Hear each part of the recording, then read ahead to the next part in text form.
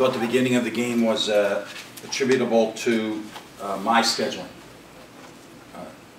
With 8 days off this early in the season, playing good basketball last Tuesday, we tried to space it out, give them enough time with their families for Thanksgiving. And then when Halil went down, there was a little bit of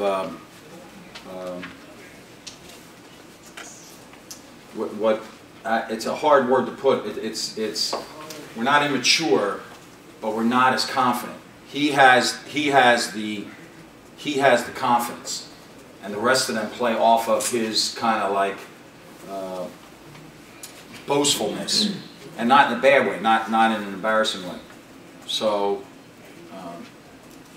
it was a down 7 because we didn't guard. We shot 57% the first half, but we were down 7 because we didn't guard, and that's disappointing. Then we went on a stretch. I don't know what the run would be. You guys probably had that run, but it was because we got stops and we could get out and get in the flow. I've told the team about our three-point shooting. I wasn't worried about it because I knew these guys will make shots. So playing against the zone team, and a lot of our zone offense goes through Halil. We had asked CJ to be more of a playmaker against the zone, and we didn't get that for about the first 18 minutes of the game. Phil, were you glad to see Langston get a stroke tonight? Well, I talked to Langston. Somebody wrote that he was in a slump.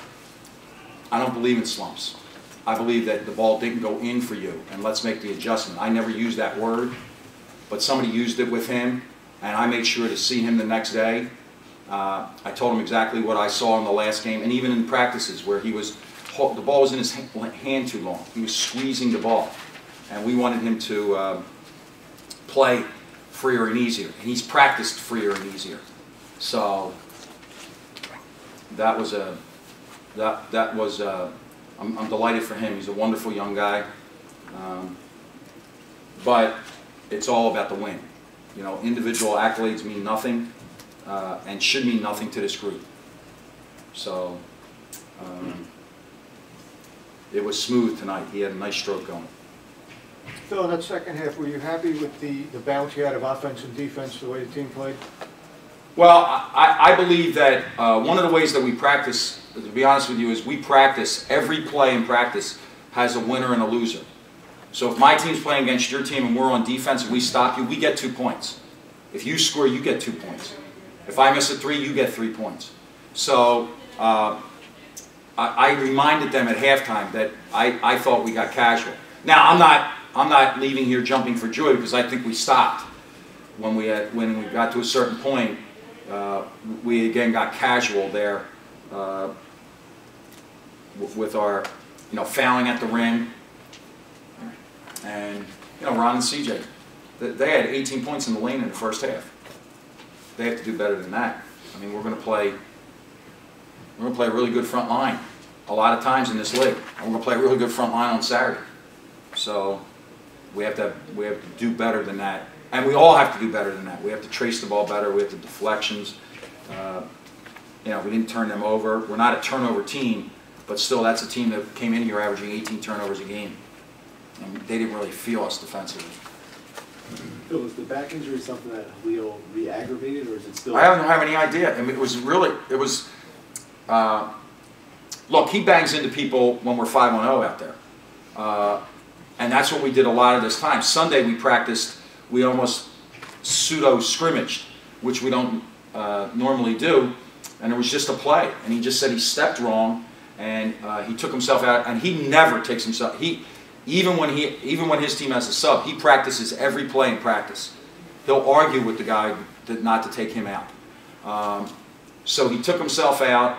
He practiced. I might have my days wrong. He might have done it Saturday when we were 5-0. We didn't do any competition on Saturday. Sunday we went live.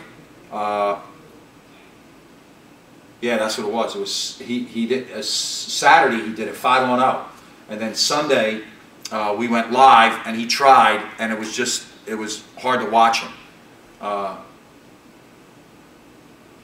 he in his smart-ass way said, I feel like I'm walking like Coach.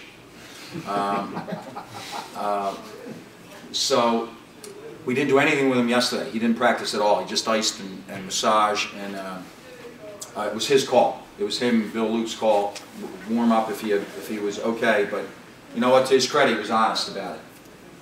And even yesterday in practice, when he wasn't involved in practice, he sat on the baseline. Normally our guys sit on the sideline. He sat on the baseline to talk these guys through zone offense because he is our most creative zone offensive player. Coach, when American went on that 10-0 run in the first half, you called a timeout, and then you answered with your own run. Did you say anything specific to your guys during that timeout? Yeah. I said a lot of specific things. None that you can write down. Unless you work for a cable TV network. You don't? Sirius Radio? Comcast. Comcast? Yeah. No, you can't. Okay. Phil, do teams just need reminders sometimes? No, I don't believe that, Mike. I believe that, I've said this to the team beforehand. They were really good in practice yesterday. We had a walkthrough this morning. They were really good. But I just had this sense, like, their energy, and we have a loss. Watch, we might not have been good enough that night against Florida State. They may be better than us, but our energy didn't match the game. And if you get 30 occasions to pour it out there, and like I'm thinking in the back of my mind, to be honest with you, that student section was full. Well, the next time that they're going to see us play, they're not here for the Fairfield game, they're not here for the Iona game, they're not here for the Butler game. Could be almost a month. So we want these kids to get in their car and drive back from North Jersey or Connecticut to see us play against Fair. You got to give them something. You got to give them that fire in your belly, is the way I put it at halftime. Talk about the performance about C.J. Aiken. Well, CJ, that wasn't his normal defensive game. I thought he was slow at the draw. He was off balance at times defensively. He played with his knees locked a lot. But we've been on C about dribbling the ball, taking the ball. You know, I trust his jumper. I don't have a problem with his jumper, but it can't be all jumper. And look, calling it the way it is, he doesn't have a back-to-the-basket game. It's just not in his repertoire. But if he does that, we'll take that, but not at the defensive end. He will be reminded in film and verbally tomorrow that defensive effort wasn't strong enough. Coach, how important was that upset over Notre Dame? I know it was early in the season, but to motivate your squad and get them on track and ready to make a run at the Atlantic 10 Conference title? It was just a game that night, to be honest with you. You know, somebody in here after our first game said, what about the showdown with Notre Dame? A little early for showdowns, you know, unless we're Alabama or Georgia playing Notre Dame in football. Not a showdown. It was a test, just like all these games are tests.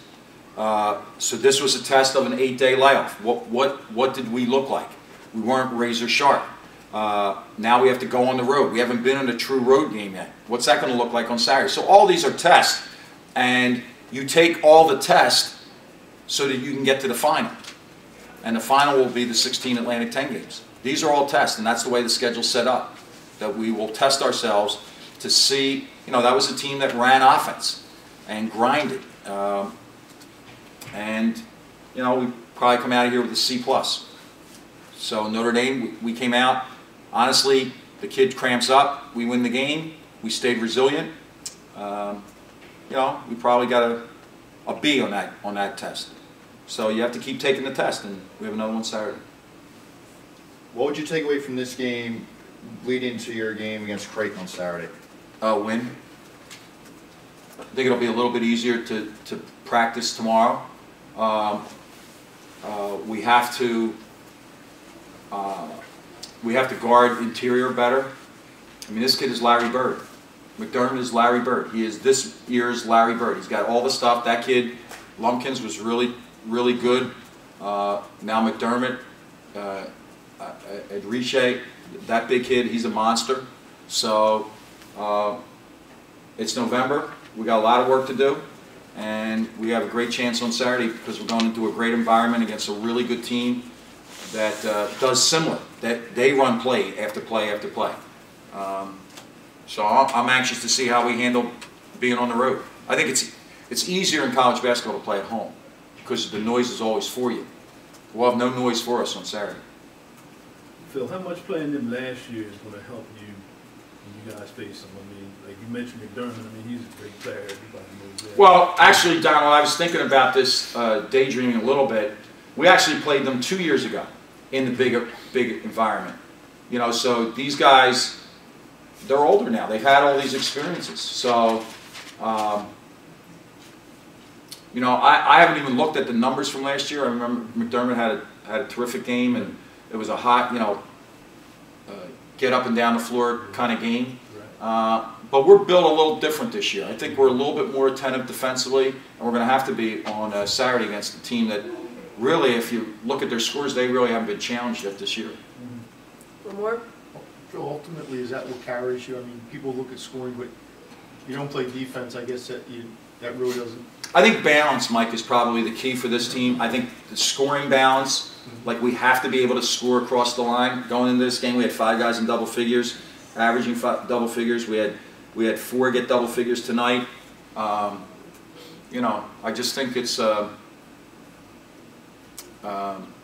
balance. We have to play a game that is comparable to the talents that we have, and we have to guard. Really possession by possession. I don't think that we're a run-out team. I mean, even tonight we shot the ball great, and still 74. I mean, we're not an 85-point. You know, somebody sent me an email the other day. This team should be averaging 80 points a game. Well, I would hand them a piece of paper and say, "Well, tell me who's going to score those 80 points. How would you like to get those?" So I think the whole thing for us, is balance both ends of the floor and emotional balance. You know what I mean? Like we didn't have emotional balance tonight. We didn't have enough fire. Now, nature of some of the guys that we had, they're kind of low key. But to me, that's the whole thing for this team. All right, thanks, Lockman.